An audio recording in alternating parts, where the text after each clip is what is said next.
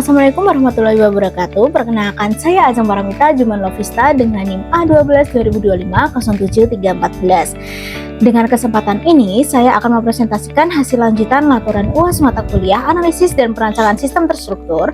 Pembahasan yang saya sampaikan berfokus pada bab 3, bab 4, dan bab 5, yaitu desain sistem terstruktur, desain database, serta desain antarmuka pengguna dari sistem informasi manajemen penjualan dan komisi bertingkat PT Eka Dharma Internasional Tbk. Pada gambaran ini, gambaran umum sistem usulan merupakan sistem internasional perusahaan yang digunakan untuk membantu pengelolaan penjualan, pelangganan, prospek, stok, pengiriman, pembayaran, komisi, dan laporan. Sistem ini digunakan oleh pihak internal perusahaan yaitu sales A, sales B, gudang atau operasional, keuangan, dan manajemen pemasaran. Pelanggan tidak mengakses sistem secara langsung tetapi juga dilayani melalui sales A atau sales B. Dengan adanya sistem ini, proses bisnis yang sebelumnya masih manual dapat menjadi lebih terstruktur, terintegrasi, dan mudah untuk dipantau. Tujuan utama dari pengembangan sistem ini adalah untuk mempermudah perusahaan dalam mengelola proses penjualan dan komisi sales. Sistem ini membantu pencatatan data pelanggan dan prospek, mempercepat input pesanan, memudahkan pengecekan stok, mengelola pengiriman, memverifikasi pembayaran, serta menghitung komisi secara otomatis. Selain itu, sistem juga menyediakan dashboard laporan yang dapat digunakan oleh manajer pemasaran untuk memantau kinerja sales dan mengambil keputusan berdasarkan data yang lebih akurat.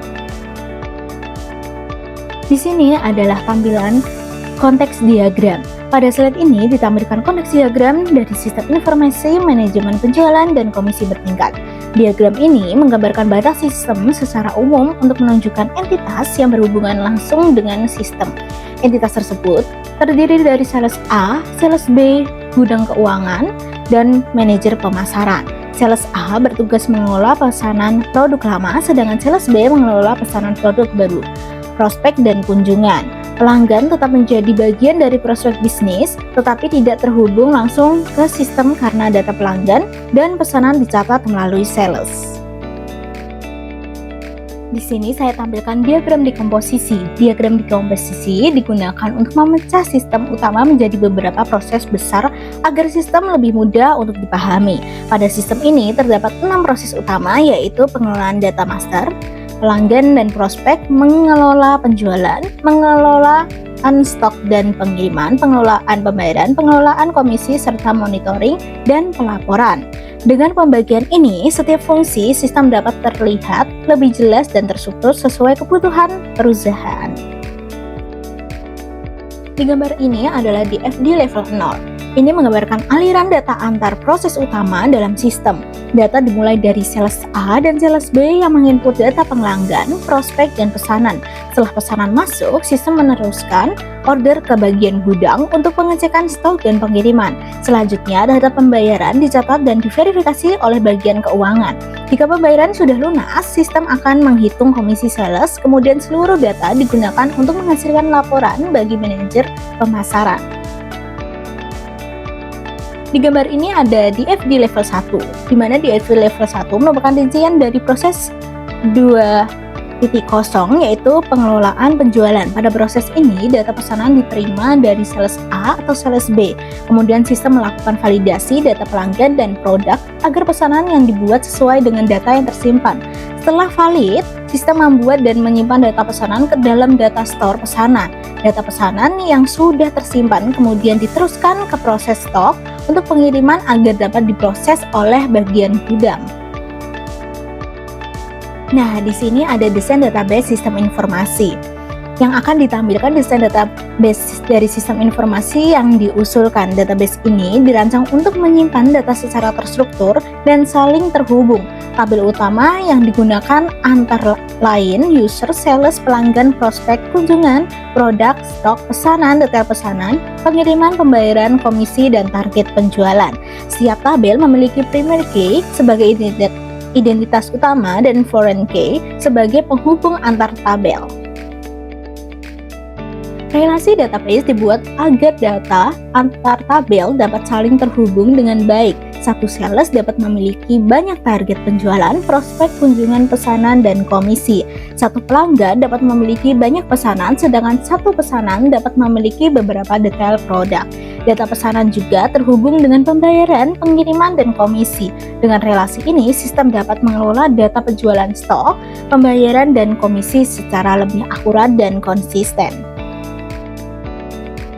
Konsep desain antarmuka pengguna. Pada bab 5, saya membuat desain antarmuka pengguna atau UI UX untuk sistem yang diusulkan. Antarmuka ini dirancang berdasarkan role pengguna internal perusahaan.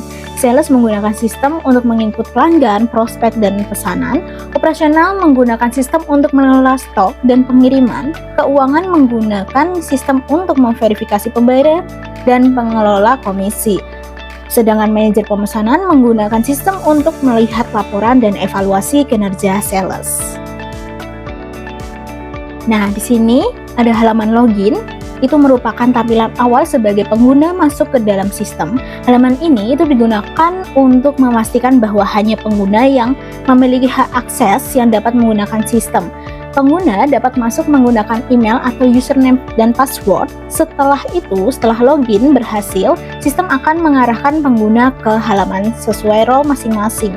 Dengan adanya halaman login ini, keamanan data penjualan, pembayaran komisi, dan laporan perusahaan dapat lebih terjaga. Nah, di sini ada tampilan dashboard sales digunakan oleh sales A dan sales B untuk melihat ringkasan aktivitas penjualan. Pada halaman ini terdapat informasi total pesanan penjualan bulanan ini, prospek aktif, komisi berjalan, status pesanan, pesanan terbaru, dan target penjualan bulanan. Dashboard ini membantu sales memantau pencapaian kinerja secara cepat tanpa harus membuka banyak menu. Dengan tampilan ini, sales dapat mengetahui perkembangan penjualan dan melakukan tindakan lanjut terhadap pesanan atau prospek yang masih berjalan. Nah, di sini ada tampilan dari form input pelanggan, di mana digunakan oleh sales untuk mencatat data pelanggan baru atau pelanggan aktif. Data yang dicatat meliputi nama pelanggan atau nama tokoh, nama pemilik, jenis pelanggan, nomor telepon, alamat, wilayah, status catatan, dan dokumen pendukung. Data pelanggan ini nantinya digunakan sebagai dasar untuk proses input pesanan, pengiriman, pembayaran, dan pelaporan. Dengan adanya form ini, data pelanggan menjadi lebih rapi, terpusat, dan mengurangi resiko pencatatan ganda. Nah, di sini ada form input prospek, di mana digunakan untuk mencatat data calon pelanggan yang belum menjadi pelanggan aktif.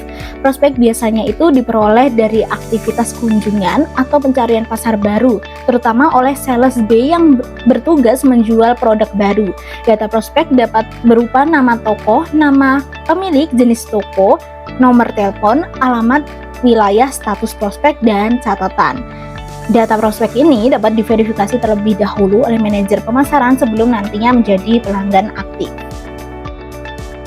Di sini ada form input pesanan, di mana digunakan oleh sales untuk mencatat transaksi penjualan. Pada halaman ini, sales dapat mengisi nomor pesanan, tanggal pesanan, nama sales, nama pelanggan, alamat pengiriman, serta daftar produk yang dipesan. Sistem akan menghitung subtotal dan total tagihan secara otomatis berdasarkan jumlah produk dan harga satuannya.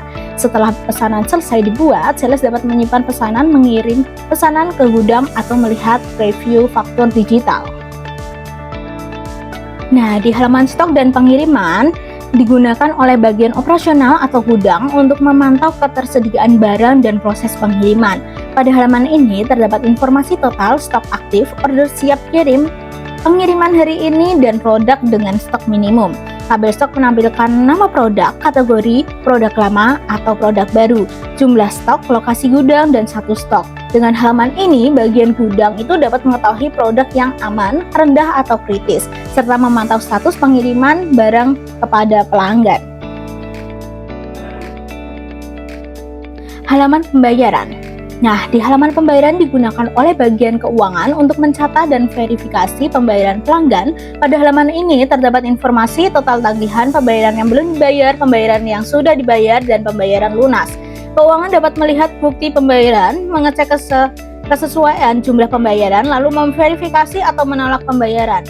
Data pembayaran yang sudah lunas akan menjadi dasar untuk proses perhitungan komisi sales.